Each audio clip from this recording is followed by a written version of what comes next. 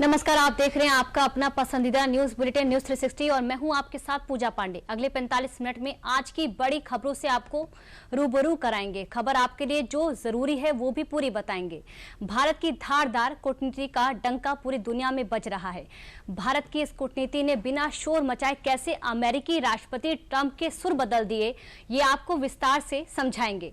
नेपाल में जारी हिंसा की आग का असर नेपाल पर कितना पड़ा है, ये बताने के साथ साथ भारत जो नेपाल के साथ हजारों किलोमीटर लंबी अंतर्राष्ट्रीय सीमा साझा करता है, उसने देश की रक्षा के लिए क्या क्या तैयारियां की हैं, आपको ये भी बताएंगे। उसके बाद आपको दुनिया के दूसरे कोने में ले जाएंगे जहां नेपाल की तरह ही सड़कों पर लोगों का हुजूम उतर आया है।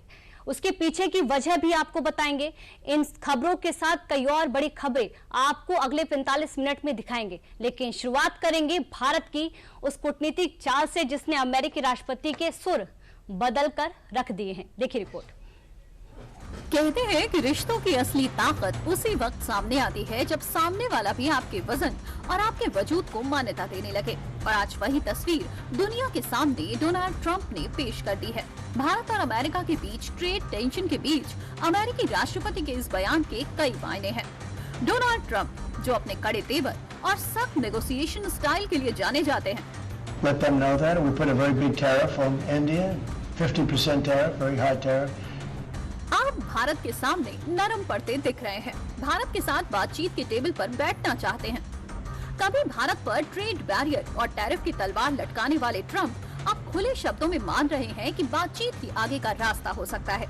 बुधवार को उनका ये ऐलान सिर्फ एक ट्रेड डील तक ही सीमित नहीं है, बल्कि भारत की उस बढ़ती ताकत का सबूत है जो वॉशिंगटन तक को मजबूर कर रही है कि वो भारत के इरादों के आगे तालमेल बिठाए। बुधवार को अमेरिकी राष्ट्रपति डोनाल्ड ट्रंप ने घोषणा की है कि वो पीएम मोदी के साथ अमेरिका और भारत के बीच व्यापारिक बाधाओं को दूर करने के लिए बातचीत करेंगे। ट्रंप ने लिखा, मुझे ये घोषणा करते हुए खुशी हो रही है कि भारत और संयुक्त राज्य अमेरिका दोनों देशों के बीच व्यापार बाधाओं को दूर करने के लिए बातचीत जारी रखे हुए हैं। मैं आने वाले हफ्तों में अपने बहुत अच्छे दोस्त प्रधानमंत्री मोदी से बातचीत करने के लिए उत्सुक हूँ।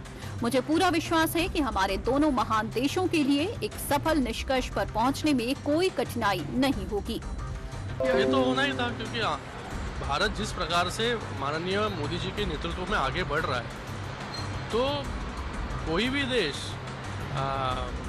भारत के साथ संबंध अच्छे रखने की कोशिश जो है करेगा। जो अपने दम पर खड़ा रहना जानता है, दुनिया उसके आगे झुकने को मजबूर हो जाती है। और यही तस्वीर आज भारत की बन चुकी है।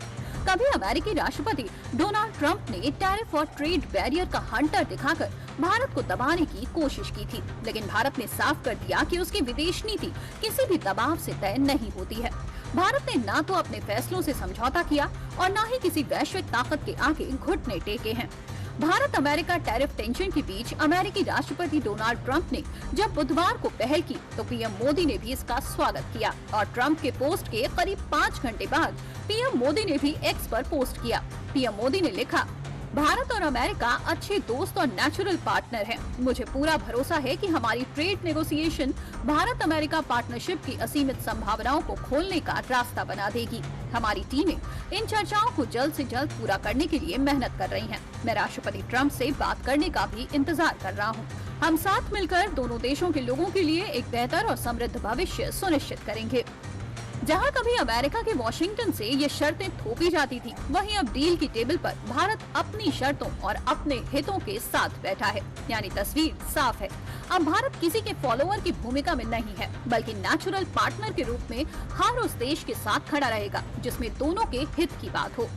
पीएम मोदी के ये शब्द सिर्फ कूटनीति का हिस्सा ही नहीं, बल्कि उस आत्मविश्वास का प्रतीक भी है जो भारत को G20, ब्रिक्स, SCO से लेकर क्वाड तक हर वैश्विक मंच पर एक निर्णायक किरदार बनाता है। President Trump's change of mood, change of tone, change of language is powerful evidence of the effectiveness of Prime Minister Modi's Swadeshi foreign policy. When Prime Minister Modi took the stand, basically it was based on a very simple fact that India will not be bullied. People often underestimate the power of Indian nationalism. India did not become independent in order to surrender its independence for small bits of a trade deal. And that really is a message that has already become so dynamic that it has changed and is shifting the dynamics of the world order. हालांकि इससे पहले भी 6 सितंबर को Trump ने white house में Bharat America संबंधों को बहुत ही खास रिश्ता कहा था। ट्रंप का ये बदलता मिजाज भारत के सख्त रुख और बढ़ते वैश्विक पहचान का ही नतीजा माना जा रहा है। लेकिन ट्रंप एक तरफ जहां दोस्ती के कसीदे पढ़ रहे हैं, दूसरी तरफ भारत पर 50% टैरिफ भी लगा चुके हैं, वो भी रूस से व्यापार की वजह से। राष्ट्रपति डोनाल्ड ट्रंप का ये ऐलान ऐसे समय पर आया है जब दोनों देशों में व्यापार को लेकर तनाव चल रहा है। अमेरिका ने भारतीय वस्तुओं पर 50% तक टैरिफ लगाया है। रूस से कच्चे तेल की खरीद के कारण अमेरिका ने ये कदम उठाया था। अमेरिका और भारत के बीच लगातार व्यापार वार्ता चल रही है। पीएम मोदी और ट्रंप के बीच होने वाली बातचीत बेहद अहम हो सकती है। अमेरिका भारत पर लगाए टैरिफ को लेकर बड़ा फैसला ले सकता है। भारत ने अमेरिका की धमकियों और शर्तों को नकारते हुए अपनी कूटनीतिक रणनीति रूस, चीन और यूरोपियन यूनियन जैसे बड़े साझेदारों के साथ गढ़ना शुरू की थी। नतीजा ये हुआ कि भारत का परचम सिर्फ एशिया में ही नहीं बल्कि पूरी दुनिया में लहराने लगा। वैश्विक मंच पर भारत की पहचान आज निर्णायक शक्ति के रूप में बन गई है। वो शक्ति जो संतुलन भी साधती है और निर्णायक कदम भी उठाती है। भारत का संदेश साफ है कि साझेदारी सम्मान और बराबरी पर ही होगी, दबाव पर कतई नहीं। यही वजह है कि अब ट्रंप प्रशासन को मजबूरन अपने तेवर बदलने पड़े हैं और बातचीत का दरवाजा फिर से खोलना पड़ा। फिलहाल अमेरिका और भारत के बीच के ट्रेड को समझ लेते हैं। भारत अमेरिका के बीच कुल ट्रेड 11 लाख करोड़ का होता है। अमेरिका से भारत का निर्यात 3.46 लाख करोड़ का होता है, जिसमें pharmaceuticals, telecom device, jewellery, petroleum, कपड़े शामिल हैं। वहीं भारत से अमेरिका निर्यात 7.35 लाख करोड़ का होता है, जिसमें कच्चा तेल, पेट्रोलियम, कोयला, हीरे, विमान, अंतरिक्ष यान के पुर्जे शामिल हैं। दरअसल ट्रंप के टैरिफ फैसले का अमेरिकी अदालत के साथ साथ खुद अमेरिकी बाजार में भी विरोध तेज हो गया था। अमेरिकी थिंक टैंक के सर्वे के मुताबिक 53% अमेरिकी नागरिक इस टैरिफ फैसले के खिलाफ हैं। लोगों का कहना है कि इस फैसले से महंगाई बढ़ी है और रोजमर्रा के सामानों पर उनका खर्च दोगुना हो गया है। इतना ही नहीं, अमेरिकी व्यापार संगठनों ने भी सरकार को कड़ी चेतावनी दे डाली है। उनका साफ कहना है कि भारतीय निर्यात पर 50% टैरिफ लगाने से न सिर्फ अमेरिकी मार्केट अस्थिर हुआ है बल्कि अमेरिकी उपभोक्ताओं को इसका सबसे बड़ा खामियाजा भुगतना पड़ रहा है, जो अमेरिकी अर्थव्यवस्था को खाई में ढकेलने वाला साबित हो रहा है। इसे हाल ही में आई अमेरिकी कंपनी मूडीज एनालिटिक्स की रिपोर्ट के आंकड़े से समझते हैं। पर्सनल कंजम्पशन एक्सपेंडिचर (PCE) महंगाई दर जून 2025 में बढ़कर 2.6% पर पहुंच गई है, जो फेडरल रिजर्व के 2% लक्ष्य से काफी ऊपर है। वहीं bureau of labour statistics BLS ने बताया कि जुलाई में केवल 73,000 नौकरियां जुड़ी, जबकि 1,10,000 की उम्मीद थी। मई और जून के आंकड़ों को भी घटाकर कुल 2,58,000 की कमी दर्ज की गई। मैन्युफैक्चरिंग और कंस्ट्रक्शन जैसे सेक्टर भी सिकुड़ रहे हैं। उपभोक्ता खर्च लगभग ठप है, नौकरियां घट रही हैं और नीति दबाव बढ़ रहा है। निवेशक अब सितंबर 2025 में फेडरल रिजर्व की संभावित दर कटौती की उम्मीद कर रहे हैं। हालांकि महंगाई के कारण उसकी गुंजाइश सीमित दिखाई दे रही है। ट्रंप के भारत के खिलाफ एक्शन से अमेरिका बुरी तरह प्रभावित हो रहा है। SCO समिट में पीएम मोदी, रूसी राष्ट्रपति पुतिन और चीनी प्रेसिडेंट जिनपिंग को एक साथ देखकर भी ट्रंप ने भारत को चीन के हाथों खोने वाला बयान दिया था और बची कुची कसर ब्रिक्स के इमरजेंसी वर्चुअल समिट ने पूरी कर दी थी। इस समिट का मकसद ही अमेरिका की टैरिफ नीतियों से पैदा हुई व्यापारिक चुनौतियों पर चर्चा करना था और ब्रिक्स समिट की इमरजेंसी वर्चुअल समिट में विदेश मंत्री S जयशंकर ने इशारे में अमेरिकी टैरिफ नीति पर तंज कस दिया था। As a collective, is seeking a stable and predictable environment for trade and investment. At the same time, it is imperative that economic practices are fair, transparent, and to everyone's benefit. When there are multiple disruptions, our objective should be to proof it against such shocks. That means creating more resilient, reliable, redundant, and shorter supply chains. Not just that, it is also essential that we democratize manufacturing and production and encourage their growth in different geographies. Tariff और trade war की राजनीति में भारत ने जो संदेश दिया वो सिर्फ अमेरिका को ही नहीं बल्कि पूरी दुनिया के लिए भी है। ट्रम्प के टैरिफ के बाद भी भारत न डिगा न झुका और इसका असर ये हुआ कि अमेरिकी राष्ट्रपति खुद बातचीत के लिए पहल करने लगे। ट्रम्प के पहल का पीएम मोदी ने स्वागत भी किया है। अब आने वाले कुछ दिन भारत और अमेरिका के बीच टैरिफ को लेकर चल रहे तनाव के लिए निर्णायक होने वाले हैं। अब आते हैं उस खबर पर जिसने पूरे नेपाल को हिलाकर रख दिया है। नेपाल की कमान तो वैसे सेना ने संभाल ली है, लेकिन अभी भी हिंसा कई जगहों पर जारी है और इस जारी हिंसा ने अब कई बड़े सवाल भी खड़े कर दिए हैं। सवाल है कि आखिर अब नेपाल का प्रधानमंत्री कौन होगा, नेपाल का भविष्य क्या होगा। ऐसे सवालों के जवाब लेटेस्ट अपडेट के साथ देखिए इस रिपोर्ट में।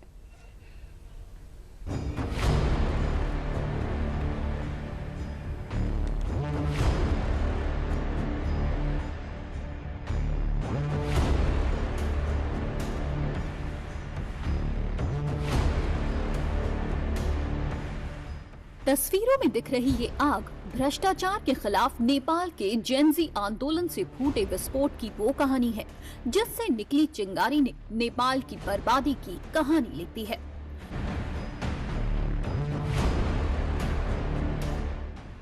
धुएं के निकलते इस गुबार के साथ नेपाल का अमन चैन भी हवा में उड़ चुका है। इस आग की आंच ने न केवल सत्ताधीशों को उखाड़ फेंका बल्कि नेपाल में पनप रहे नए मौकों को भी कुछ समय के लिए खाक कर दिया है।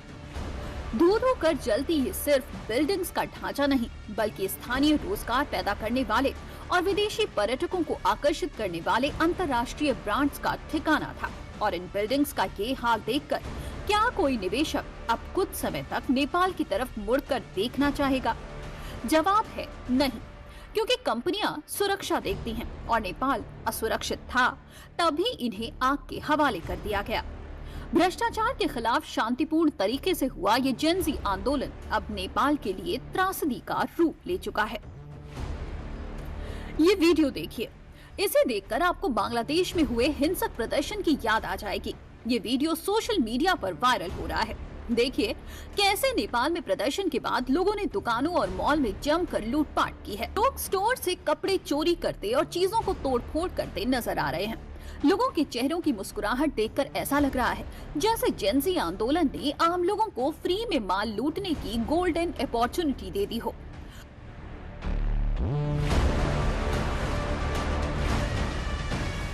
बुधवार को नेपाल में सोशल मीडिया बैन और भ्रष्टाचार के खिलाफ जारी प्रदर्शन का तीसरा दिन था। हालांकि हिंसक प्रदर्शन रोकने के लिए नेपाल सेना ने मंगलवार रात 10 बजे से पूरे देश का कंट्रोल अपने हाथ में ले लिया है, लेकिन इसके बाद भी कई इलाकों में हिंसा जारी है। प्रदर्शनकारियों ने मंगलवार शाम को सुप्रीम कोर्ट में आग लगा दी थी। इसके चलते 25,000 से ज्यादा केस फाइलें राख में बदल गयी। वहीं बुधवार को सेना ने 27 उपद्रवियों को गिरफ्तार किया है।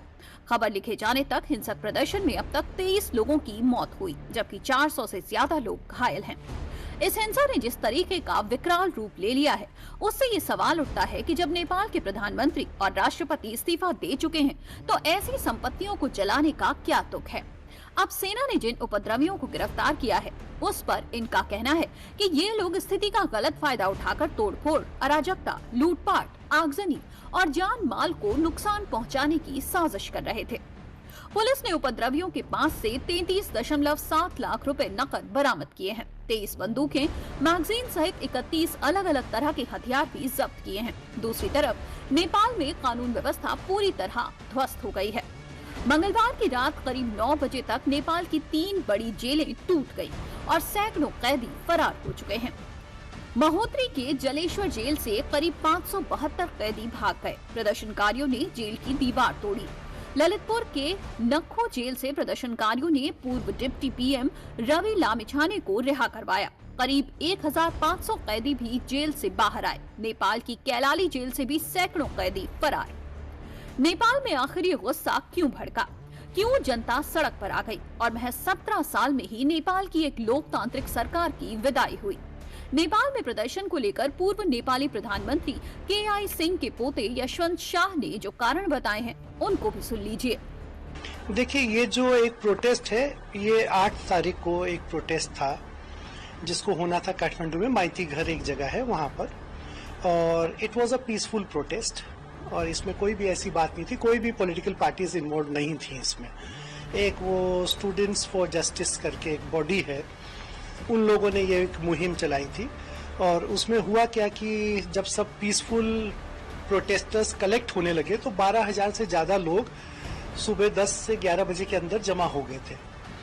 तो उसमें जो पुलिस ने क्या करा कि उनको तितर बितर करने के लिए कि उनको ये था कि सोशल मीडिया में सरकार की बुराई ना आए, केपी शर्मा ओली जो प्रधानमंत्री थे उनकी बुराई ना आए, तो उसको रोकने की कोशिश करी गई। तो उसमें और क्योंकि ये जेनजी था जो अपने मांगों के लिए वो लड़ रहे थे, एक करप्शन फ्री नेपाल के लिए, क्योंकि बहुत साल से सब लोग बहुत परेशान तंग आ चुके थे कि बार बार एक के बाद एक बड़े बड़े करप्शन स्कैंडल्स हो रहे थे देश में, और जो पहले के नेता थे और आज के नेता में बहुत अंतर आ गया। आज एवरीथिंग जो है वो पैसे के बल पर हो रहा था कि करप्शन बहुत ज्यादा लाज था और कंट्री काफी पैसा कमा भी रहा है, बहुत अच्छा बिजनेस भी चल रहा है, बहुत अच्छा टूरिज्म भी चल रहा है, फिर भी लोग गरीब हो रहे हैं, फिर भी उनको नौकरियां नहीं मिल रही है।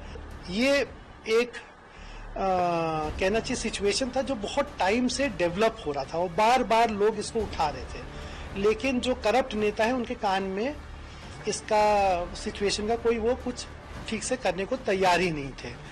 तो अल्टीमेटली ये देखिए आपने जो देखा कि नेता जो करप्ट पॉलिटिशियंस हैं वो दौड़ा दौड़ा के मारे जाने लगे, बिल्डिंगें फूंक दी गई। तो ऑफ कोर्स देखिए जो हिंसा होता है उसको कोई भी सपोर्ट नहीं करता है, and I will also not support any जो हिंसा हो रही है। बट ये है कि जब आदमी में गुस्सा होता है तो नेचुरली बहुत सारे एक्सेसेस हो जाते हैं। नेपाल की फिजाओं में इस वक्त सिर्फ हिंसा की आग धधक रही है। जो आंदोलन शांतिपूर्ण था उसने लगभग 2 दर्जन के करीब जिंदगियां छीन ली हैं। अब अभी तक क्या क्या हुआ ये भी जान लीजिए। पीएम, राष्ट्रपति और नेताओं के घरों पर हमला कर आग के हवाले कर दिया गया। संसद और सुप्रीम कोर्ट जलाई गई। इसमें 25,000 से ज्यादा फाइलें जलकर खाक हो गईं। बैंकों में लूटपाट की गई। कई मीडिया ऑफिस को भी आग के हवाले किया गया। गोली चलाने का आदेश देने वाले डीएसपी की पीट कर हत्या कर दी गई। पूर्व पीएम शेर बहादुर देउबा, विदेश मंत्री आरजू देउबा समेत पूरे परिवार पर हमला किया गया। पूर्व पीएम झालानाथ खनल की पत्नी को जिंदा जला दिया गया, उनकी मौत हो गई। वित्त मंत्री विष्णु पौडेल की सरेआम पिटाई की गई। वीडियो वायरल हो रहा है। नेपाल में हालात बद से बदतर हो गए हैं। पहाड़ों और वादियों के देश में विद्रोह की चिंगारी भड़की और देखते ही देखते युवाओं के आंदोलन ने ऐसी आग जलाई कि उसमें नेपाल की लोकतांत्रिक सरकार को ही कुर्सी से उतार दिया। लेकिन सवाल ये है कि अब नेपाल में शांति कब आएगी और नेपाल की सत्ता को अब कौन संभालेगा। ये काठमांडू के मेयर और नेपाल बेस्ड रैपर हैं। 2023 में इन्हें टाइम्स मैगजीन ने विश्व के 100 शख्सियतों की सूची में शामिल किया था। ये नेपाल के मशहूर नेत्र विशेषज्ञ हैं। ये सुदन गुरुंग के हामी नेपाल एनजीओ से जुड़े हुए हैं। ये जेनजी आंदोलन को समर्थन देते हैं। इन्हें बिजली संकट और लोड शेडिंग खत्म करने वाले रोशनी के पुरोधा के रूप में जाना जाता है। जेनजी को आने वाला भविष्य मानते हैं। अंतरिम सरकार में युवाओं को लीडर बनाने की बात कही है। फिलहाल तो नेपाल की कमान सेना के हाथों में है, लेकिन सबसे बड़ा सवाल यही है कि नेपाल के जिन जेनजी ने यह आंदोलन किया, जब उनका मकसद पूरा हो गया तो इस तरीके से हिंसा क्यों हुई? क्या इसके पीछे कोई बड़ी साजिश भी है?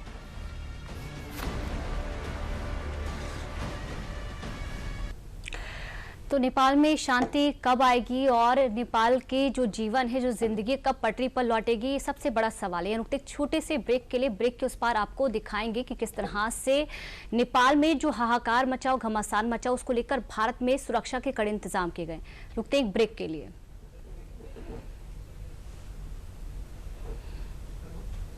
पापा वो नया क्रिकेट बैट दिला दे, वो ना 2 घावरे बीच मुकाबला है कल। पिछले महीने बाथरूम का दरवाजा टूट गया था, मैं बना दिया था, जा वही ले जा, क्या फर्क पड़ता है। जीत के लिए आखिरी गेंद पर 6 रन की जरूरत। गुरुंग बैटिंग करते हुए और क्रीज की तरफ लौटता हुआ गेंद, और मैं क्या देख रहा हूँ, बॉल नहीं बल्कि बल्ला बाउंड्री के पार, और राजनगर की बल्ले से तो कुछ फर्क नहीं पड़ता है ना। इस हार का कारण तू ही है। हाथ में क्या पकड़ रखा है रे? घर के सरसों के बीज। घर के बीज? हाँ। खेल में तो ठीक है, पर खेत में हार बर्दाश्त नहीं होती है विश्वास भाया। इसीलिए मैं हमेशा पायनियर 45S46 हाइब्रिड सरसों के बीज ही लेता हूँ। घर के बीज के मुकाबले 20% ज्यादा उपज देता है। फर्क तो पड़ता ही है। कब तक आप ऐसे फ्यूचर का टेंशन लेकर चलते रहेंगे? LIC के न्यू पेंशन प्लस के साथ अपनी पेंशन का प्लान बनाइए, क्योंकि ये प्लान आपके फ्यूचर के लिए मार्केट लिंक्ड वेल्थ क्रिएट करता है। और तो और इस प्लान में गारंटीड एडिशंस के साथ पेंशन पाने के कई ऑप्शंस भी हैं, so that you grow young and tension free. LIC, हर पल आपके साथ। पापा वो नया क्रिकेट बैट दिला दे वो ना, 2 गांव बीच मुकाबला है कल। पिछले महीने बाथरूम का दरवाजा टूट गया था, मैं बना दिया था, जा वही ले जा। क्या फर्क पड़ता है? जीत के लिए आखिरी गेंद पर 6 रन की जरूरत। गुड्डू बैटिंग करते हुए और क्रीज की तरफ दौड़ता हुआ गेंद, और मैं क्या देख रहा हूँ, बॉल नहीं बल्कि बल्ला बाउंड्री के पार, और राजनगर की बल्ले से तो कुछ फर्क नहीं पड़ता है ना। इस हार का कारण तू ही है। हाथ में क्या पकड़ रखा है रे? घर के सरसों के बीज। घर के बीज? खेल में तो ठीक है, पर खेत में हार बर्दाश्त नहीं होती है विश्वास भाया। इसीलिए मैं हमेशा पायनियर 45S46 हाइब्रिड सरसों के बीज ही लेता हूँ। घर के बीज के मुकाबले 20% ज्यादा उपज देता है। फर्क तो पड़ता ही है। ब्रेक के बाद एक बार फिर आप सभी का स्वागत है। आपने नेपाल में जारी हाहाकार और उससे नेपाल पर पड़ने वाले असर से जुड़ी सभी बातों को तो जान लिया, मगर अब नेपाल में जारी हिंसा के बीच भारत की भी कुछ तैयारियों के बारे में भी जान लेते हैं। भारत के कई राज्य नेपाल के साथ सीमा साझा करते हैं। ऐसे में भारत नेपाल में जारी आगजनी की जो आंच से कैसे खुद को बचा रहा है, देखिए इस रिपोर्ट में। नेपाल में हिंसा और उपद्रव का दौर जारी है। नेपाल में लगी आग की आंच अब भारत तक पहुंच गई है। भारत नेपाल बॉर्डर पर भी प्रदर्शनकारियों की वजह से तनाव बढ़ता जा रहा है, जिसका असर नेपाल से सटे यूपी के जिले बहराइच में भारत नेपाल सीमा के पास देखने को मिला, जहां रुपईडीहा के जमुनाहा चौकी को उपद्रवियों ने आग के हवाले कर दिया। आग की जद में जमुनाह बॉर्डर की चौकी और नेपाली कस्टम कार्यालय भी आया। हालत ये हो गई कि नेपाली पुलिस को भारतीय इलाके में जान बचाने के लिए भागकर आना पड़ा। और सिर्फ नेपाली पुलिस ही नहीं, बल्कि नेपाल में मौजूद भारतवासी भी अब वापस भारत लौट रहे हैं। बल्कि नेपाल में जारी आगजनी के बीच नेपाल से लोग अपनी जान बचाकर भारत की तरफ भाग रहे हैं, जिसकी वजह से नेपाल भारत बॉर्डर पर गाड़ियों के जाम के साथ साथ लोगों का हुजूम लगा हुआ है, जिसको देखते हुए भारत ने नेपाल बॉर्डर पर सुरक्षा को बढ़ा दिया है।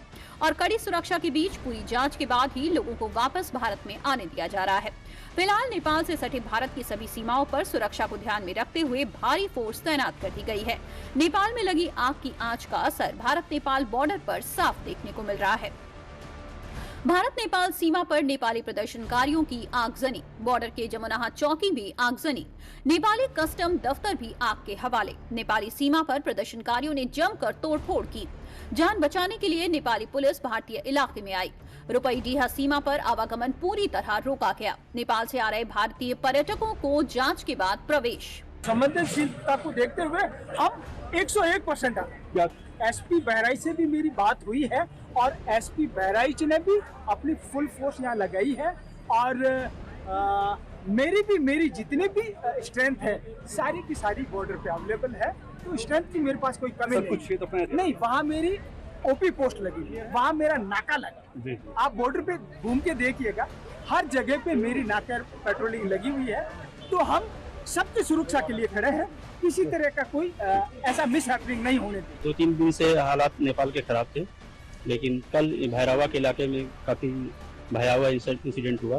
उनका सीमा के नज़दीक भंसार को जला दिया और कई जगह आगजनी किया, चेयरमैन का घर को जला दिया। तो ये जो रिपोर्टिंग हुई थी कल शाम की घटना थी। उसके बाद से कोई इंसिडेंट रिपोर्ट नहीं हुआ है। हमारी नेपाल पुलिस और नेपाल एपीएफ के साथ लगातार संपर्क है। अभी रात के बाद कोई घटना नहीं हुई है। अभी स्थिति सामान्य होने की तरफ है। महाराजगंज में भारत नेपाल के सोनौली बॉर्डर पर भी प्रदर्शनकारियों ने जमकर हंगामा किया। जानकारी के मुताबिक सोनौली बॉर्डर पर नेपाली कस्टम कार्यालय को प्रदर्शनकारियों ने आग के हवाले कर दिया। इसको देखकर नेपाल सेना की सुरक्षा में तैनात एसएसबी और पुलिस अलर्ट हो गई और बॉर्डर पर नेपाली युवाओं द्वारा किए गए विरोध प्रदर्शन के बाद मौके पर डीएम और एसपी भी पहुँच गए और सुरक्षा व्यवस्था का जायजा लेते हुए देर रात तक डटे रहे। सुरक्षा व्यवस्था पूरी तरह से मुस्तैद है। हमारे क्षेत्र में जो इंडियन साइड है वो पूरी शांति व्यवस्था है। यहाँ पे कोई भी असुविधा या किसी तरह की कोई कठिनाई नहीं है। हम और एसपी और एसएसबी और बाकी सारे विभागों के साथ हम लोग इस बात को देख रहे हैं। तो हमारे नागरिकों को, हमारे क्षेत्र के जो भी यहाँ के रहने वाले लोग हैं, उनको किसी भी प्रकार की किसी भी तरह से घबराने की जरूरत नहीं है। बिल्कुल यहाँ पे स्थिति सामान्य है और सारी यहाँ पे सुरक्षा व्यवस्था मुस्तैद है और कोई भी यहाँ पे कोई कठिनाई नहीं। नेपाल आने का, काठमांडू आने का प्लान है तो पोस्टपोन कर देना चाहिए, क्योंकि सिचुएशन बहुत ही गंभीर है और वैसे वो किसी को कुछ नहीं कह रहे हैं, बट समहाउ हमें अपनी सिक्योरिटी, अपना कॉशन खुद ही लेना चाहिए। तो अभी मतलब this is not the right time to travel from Delhi to Kathmandu, तो better is stay safe in your India, that will be the best choice for all of us. Nepal की जर्नी हमारी स्टार्ट हुई थी 5 सितंबर से। जर्नी काफ़ी अच्छी थी, बट आखिरी में आते आते हमारी जर्नी को डिफ़िकल्टी काफ़ी हुई। लास्ट में फ़्लाइट्स कैंसिल हो गई पोखरा से काठमांडू। फिर हमने टैक्सी बुक किया, बॉर्डर तक आए, 200 किलोमीटर हमने टैक्सी से कवर किया। अभी हम बॉर्डर पे हैं, इंडिया नेपाल बॉर्डर पे। यहाँ पे आके काफ़ी सेफ हम महसूस कर रहे हैं। रास्ते में काफ़ी दिक्कतें आई, रोड ब्लॉक्स थे, प्रोटेस्ट हो रहे थे, लोगों ने बैनर फूक रखे थे, मतलब काफ़ी सारी डिफिकल्टी थी, बट फाइनली ड्राइवर भैया ने भी काफ़ी मदद की और हमें यहाँ पे बॉर्डर तक पहुँचाया। नेपाल में तनाव के बीच सीएम योगी आदित्यनाथ ने बड़ा फैसला लिया है। सीएम योगी ने आदेश दिया है कि नेपाल से सटे यूपी के सभी जिलों में पुलिस को 24 घंटे हाई अलर्ट पर रखा जाए। सीएम योगी ने डीजीपी राजीव कृष्ण को निर्देश दिया है कि सुरक्षा व्यवस्था को और मजबूत करने के लिए अतिरिक्त पुलिस बल तैनात किया जाए और नेपाल से जुड़े संवेदनशील जानकारी या पोस्ट पर लगातार नजर बनाए रखी जाए। नेपाल में फंसे भारतीयों के लिए भी यूपी पुलिस ने हेल्पलाइन नंबर जारी कर दिया है। नेपाल में फंसे भारतीयों के लिए यूपी के लखनऊ में कंट्रोल रूम बनाया गया। 3 हेल्पलाइन नंबर और एक व्हाट्सएप नंबर 24/7 चालू रहेंगे। 0522-239-0257, 0522-272-4010, 945-440-1674 पर कॉल कर सकते हैं। उत्तर प्रदेश सरकार के व्हाट्सएप नंबर 945-440-1674 पर मैसेज कर सकते हैं। नेपाल में जारी हिंसा की वजह से काठमांडू का त्रिभुवन इंटरनेशनल एयरपोर्ट को अस्थायी रूप से बंद कर दिया गया है, जिसका असर यूपी पर पड़ रहा है, क्योंकि नेपाल जाने वाली 4 फ्लाइट्स की लखनऊ के अमौसी एयरपोर्ट पर लैंडिंग हुई है। फ्लाइट्स दिल्ली, दुबई और बैंकॉक से काठमांडू जा रही थी। अबू धाबी से काठमांडू जाने वाली फ्लाइट वाराणसी के लिए डाइवर्ट कर दी गई। दोपहर 3:20 पर वाराणसी के लाल बहादुर शास्त्री इंटरनेशनल एयरपोर्ट पर फ्लाइट लैंड की। फ्लाइट में 144 यात्री थे। यूपी समेत भारत के ऐसे 5 राज्य जिनमें सीमा नेपाल के साथ लगती है, जिनमें उत्तराखंड, उत्तर प्रदेश, बिहार, सिक्किम और पश्चिम बंगाल शामिल हैं। इन 5 राज्यों में सीमावर्ती इलाकों में हाई अलर्ट जारी है और सुरक्षा को भी बढ़ा दिया गया है। ये 5 राज्य मिलकर लगभग 1751 से 1850 किलोमीटर लंबी अंतर्राष्ट्रीय सीमा बनाते हैं और करीब 1850 किलोमीटर की यही अंतर्राष्ट्रीय सीमा नेपाल हिंसा के बीच फिलहाल भारत के लिए चिंता का विषय बनी हुई है। भारत और नेपाल की खुली सीमा से अवैध गतिविधियां जैसे हथियारों की तस्करी या आतंकी गतिविधियां बढ़ सकती हैं। नेपाल में भारत विरोधी भावनाएं भड़कने का खतरा है, जैसा कि बांग्लादेश में हुआ था। नेपाल की घटनाओं से प्रेरित होकर भारत में प्रदर्शन की आग भड़कना। नेपाल में लगी आग की आंच भारत के लिए चिंताजनक तो है, मगर उस आंच का असर भारत पर न पड़े, इसके लिए भारत सरकार पूरी सावधानी बरत रही है। भारत सरकार और सुरक्षा एजेंसियां नेपाल की स्थिति को लेकर बहुत सतर्क हैं। सीमावर्ती इलाकों में एसएसबी और पुलिस की गश्त बढ़ा दी गई है। ड्रोन और सीसीटीवी से लगातार निगरानी रखी जा रही है। भारत ये सुनिश्चित कर रहा है कि नेपाल की अशांति का असर उसकी सुरक्षा और स्थिरता पर न पड़े। भारत सरकार ने सुरक्षा के लिए तो कड़े इंतजाम कर दिए हैं, मगर नेपाल में जारी हिंसा का असर भारत पर भी पड़ रहा है, जिसकी गवाही ट्रकों की ये लंबी कतार दे रही है। एक के बाद एक कतार में लगे इन ट्रकों की गिनती सैकड़ों में है। दरअसल नेपाल में जारी हिंसा की वजह से भारत नेपाल बॉर्डर पर तनाव काफी बढ़ गया है, जिसकी वजह से दोनों देशों की सीमा पर बने अंतर्राष्ट्रीय एकीकृत चेक पोस्ट पर पिछले 48 घंटों से 3000 से अधिक ट्रक खड़े हो गए हैं। ये ट्रक पेट्रोलियम उत्पाद, आवश्यक सामान, खाने योग्य और खराब होने वाली वस्तुएं नेपाल ले जा रहे हैं। आयात निर्यात बंद होने से करोड़ों रुपए के व्यापार पर असर पड़ेगा। भारत के विदेश मंत्रालय के अनुसार नेपाल में प्रवासी भारतीयों की आबादी लगभग 7 लाख होने का अनुमान लगाया जा रहा है। इसके अलावा सीमा से लगने वाले भारतीय राज्यों के लोग बड़े पैमाने पर घूमने भी नेपाल जाते हैं, जो अब भारत वापस लौटने की गुहार लगा रहे हैं। भारत सरकार भी भारतवासियों की घर वापसी के लिए तैयारियों में जुटी हुई है।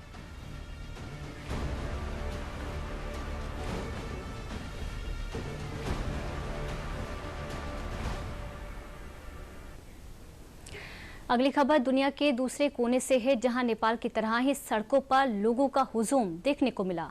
खबर फ्रांस की है, जहां सरकार के खिलाफ जनता की आवाज बुलंद हो गई है। नेपाल के बाद अब फ्रांस में भी लोगों की नाराजगी सड़कों पर दिखाई देने लगी है। अब आखिर क्या इसकी विरोध की वजह है, इस पर एक रिपोर्ट देख लेते हैं।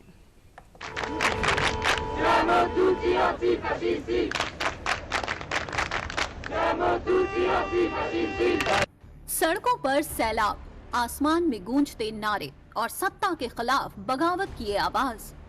ये नजारा किसी एशियाई देश का नहीं बल्कि यूरोप के दिल फ्रांस का है। जब जनता का सब्र टूटता है तो सड़कों पर सैलाब उमड़ पड़ता है और यही नजारा अब फ्रांस की राजधानी पेरिस समेत कई बड़े शहरों में देखने को मिल रहा है। नेपाल में सोशल मीडिया बैन और सरकार विरोधी प्रदर्शनों की गूंज अभी थमी भी नहीं थी कि यूरोप के दिल फ्रांस में भी जनता सड़कों पर उतर आई है। फ्रांस की जनता का नारा है ब्लॉक एवरीथिंग, यानी सब कुछ रोक दो।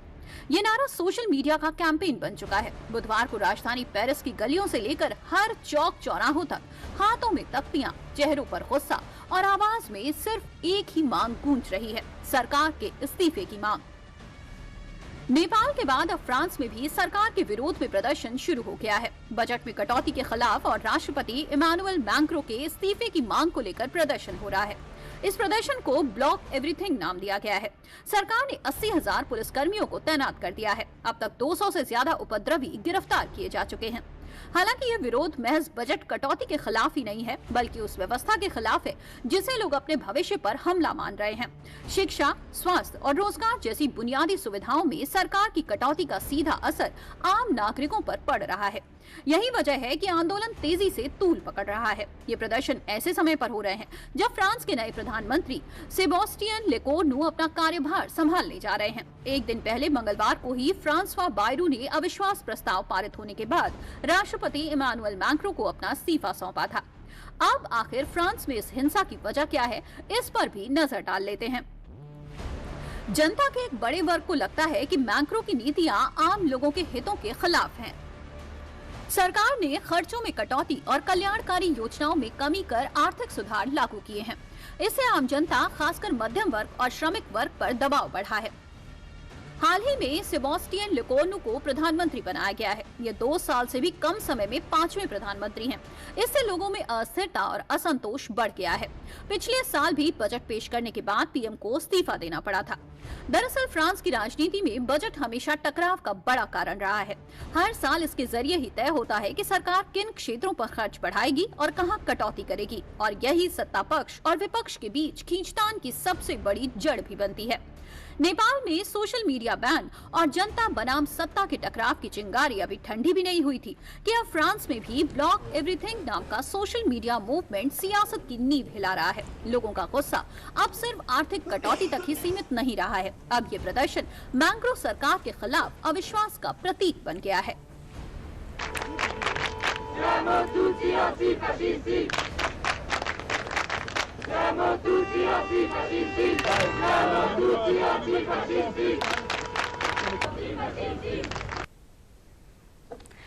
चलिए रुकते एक ब्रेक के लिए। ब्रेक के उस पार आपको दिखाएंगे कि आज मोदी कैबिनेट के क्या बड़े फैसले रहे। रुकते एक ब्रेक के लिए।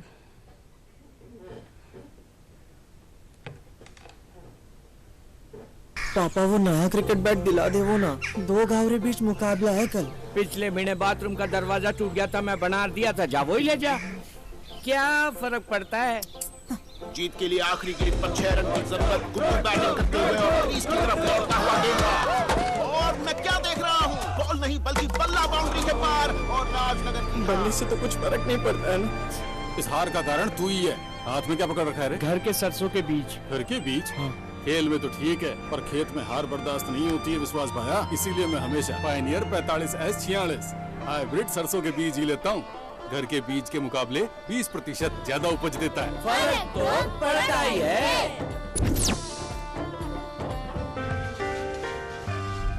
हम अपनी जिंदगी में अच्छा बुरा सब जानते हैं, लेकिन फिर भी कुछ बातें इग्नोर कर देते हैं। तो मैंने सोचा जाते जाते याद दिला जाओ, ताकि पूरी जिंदगी इग्नोर नहीं, याद रखोगे। मुझे भी और इन बातों को। यदि आप इन कारणों में से किसी के भी संपर्क में आए हैं तो नजदीकी सरकारी अस्पताल में HIV की जांच गुप्त और मुफ्त करवाएं। पापा वो नया क्रिकेट बैट दिला दे वो ना, 2 गांव बीच मुकाबला है कल। पिछले महीने बाथरूम का दरवाजा टूट गया था, मैं बना दिया था, जा वही ले जा। क्या फर्क पड़ता है? जीत के लिए आखिरी गेंद पर 6 रन की जरूरत। गुड्डू बैटिंग करते हुए और क्रीज की तरफ दौड़ता हुआ गेंद, और मैं क्या देख रहा हूँ, बॉल नहीं बल्कि बल्ला बाउंड्री के पार, और राजनगर की बल्ले से तो कुछ फर्क नहीं पड़ता है ना। इस हार का कारण तू ही है। हाथ में क्या पकड़ रखा है रे? घर के सरसों के बीज। घर के बीज? हाँ। खेल में तो ठीक है, पर खेत में हार बर्दाश्त नहीं होती है विश्वास भाया। इसीलिए मैं हमेशा पायनियर 45S46 हाइब्रिड सरसों के बीज ही लेता हूँ। घर के बीज के मुकाबले 20% ज्यादा उपज देता है। फर्क तो पड़ता ही है।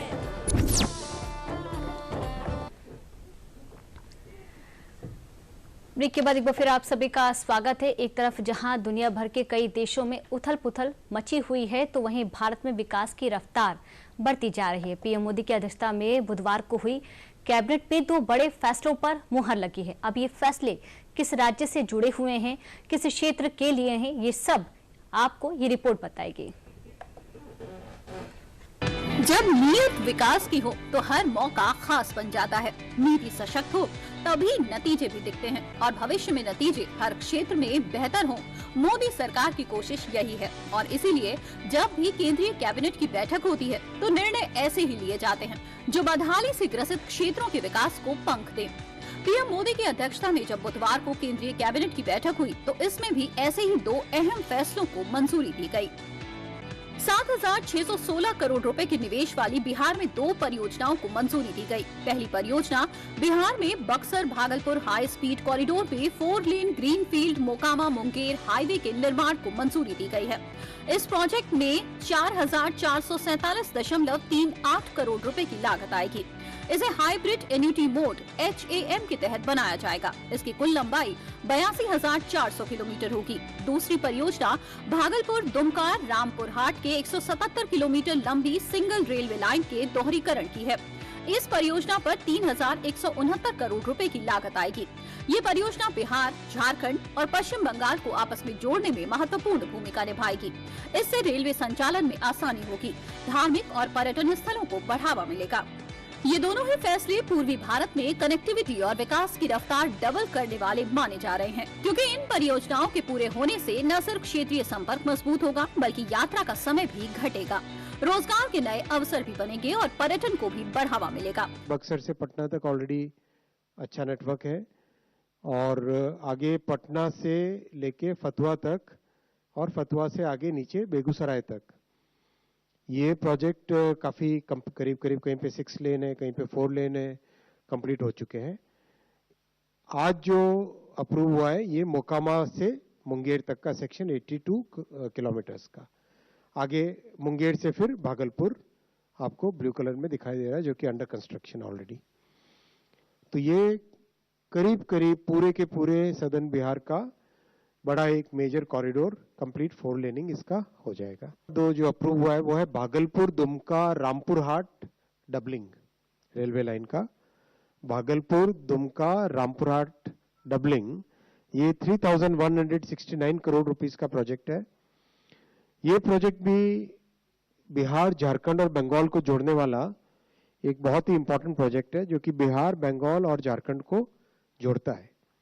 इस प्रोजेक्ट को अगर हम मैप पे देखें तो बिहार से स्टार्ट होकर झारखंड से रामपुर हाट वेस्ट बंगाल में कनेक्ट होता है। केंद्रीय कैबिनेट की ये दोनों परियोजनाएं बिहार, झारखंड और पश्चिम बंगाल के लिए विकास की नई दिशा देने वाली हैं। वहीं इससे पहले 19 अगस्त को भी पीएम मोदी की अध्यक्षता में मंगलवार को केंद्रीय कैबिनेट की बैठक हुई थी। उस बैठक में 2 प्रोजेक्ट्स को मंजूरी दी गई थी, जिसमें राजस्थान के कोटा में ग्रीनफील्ड एयरपोर्ट और ओडिशा में कटक भुवनेश्वर 6 लेन रिंग रोड शामिल थी। अब आते हैं यूपी की खबरों पर। मॉरिशस के पीएम नवीन चंद्र राम गुलाम 3 दिवसीय दौरे के लिए आज वाराणसी पहुंच चुके हैं। गुरुवार को वह पीएम मोदी के साथ द्विपक्षीय बातचीत भी करेंगे। इस बातचीत के क्या मुद्दे हो सकते हैं और इस दौरे के बारे में सब कुछ इस रिपोर्ट में देख लेते हैं।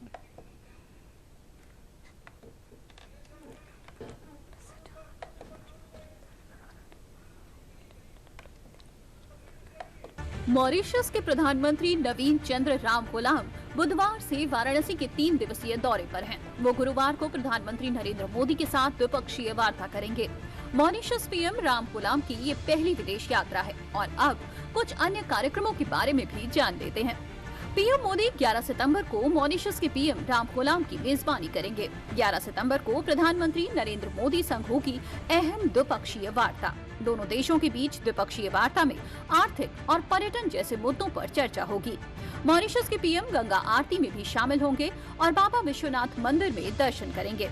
वो राम मंदिर देखने के लिए अयोध्या भी पहुंचेंगे। मॉरिशस के पीएम के वाराणसी दौरे को लेकर डीडी न्यूज से खास बातचीत की ताज होटल के जीएम विशाल सिंह ने। मॉरिशस के जो प्रधानमंत्री आ रहे हैं और बायलैटरल होगा अपने देश के प्रधानमंत्री और काशी के सांसद के साथ, इसकी मेजबानी आप कर रहे हो, कितना चुनौतीपूर्ण लग रहा है और किस तरह की तैयारी? देखिए, ये बेसिकली हम लोग G20 तो कर चुके हैं और बायलैटरल जैसे आपने बोला पहली बार हो रहा है हमारी शहर में। ये तो बहुत गर्व की बात है पूरे शहर के लिए कि हमें चुना गया है करने के लिए। हाँ, स्ट्रेस है क्योंकि इतना बड़ा कार्यक्रम पहले कभी नहीं हुआ। G20 हुआ, SCO भी हुआ, लेकिन bilateral head of state visit पहली बार हो रहा है। तो इसके लिए आई थिंक पूरा शासन, पूरा शहर जुट के काम में लगा हुआ है जिससे कि ये सक्सेसफुली अच्छी तरीके से हो और इससे हमारा काशी वर्ल्ड के मैप में का पर्चा फिर से फहराएगा। आपको बता दें कि 11 मार्च 2025 को जब पीएम मोदी मॉरिशस गए थे तब उन्होंने राम गुलाम को भारत आने का निमंत्रण दिया था। उस दौरान ही तय हो गया था कि दोनों देशों के बीच द्विपक्षीय वार्ता वाराणसी में होगी। अगली खबर नोएडा से है, जहां जबरन धर्म परिवर्तन और निकाह कराने के मामले में नोएडा पुलिस ने 3 आरोपियों को गिरफ्तार किया है। इस घटना का मुख्य आरोपी राजा मियां अपने माता पिता के साथ पकड़ा गया है। वहीं इस मामले से जुड़े कुछ और लोगों की पुलिस तलाश कर रही है। देखिए पूरी रिपोर्ट इस खबर में। देश भर में धर्मांतरण के मामले लगातार सुर्खियों में हैं। कहीं प्यार के नाम पर धोखा देकर धर्म बदलवाया जा रहा है तो कहीं लालच और दबाव बनाकर। ताजा मामला यूपी के नोएडा से है, जहां एक शादीशुदा महिला को प्रेम के जाल में फंसाकर जबरन धर्म परिवर्तन कराया गया और फर्जी दस्तावेजों से निकाह करा दिया गया। मामला जब सुर्खियों में आया तो पुलिस ने एक महिला समेत 3 आरोपियों को गिरफ्तार कर जेल भेज दिया है। ये कार्रवाई तब हुई जब पीड़िता के परिजनों ने हाईकोर्ट में बंदी प्रत्यक्षीकरण याचिका दाखिल की थी, जिसमें परिजनों ने गुमशुदा को तलाश करने की अपील की थी। हाईकोर्ट के आदेश के बाद पुलिस ने महिला को चेन्नई से बरामद किया। नोएडा पुलिस ने जिन आरोपितों को गिरफ्तार किया है, जिनमें मुख्य आरोपी राजा मियां उर्फ एहसान और आरोपी के पिता बिस्मिल्ला और आरोपी की मां अनीशा बेगम शामिल हैं। पुलिस के अनुसार इन तीनों ने मिलकर महिला का जबरन धर्मांतरण कराया और फर्जी निकाहनामा तैयार करवा दिया।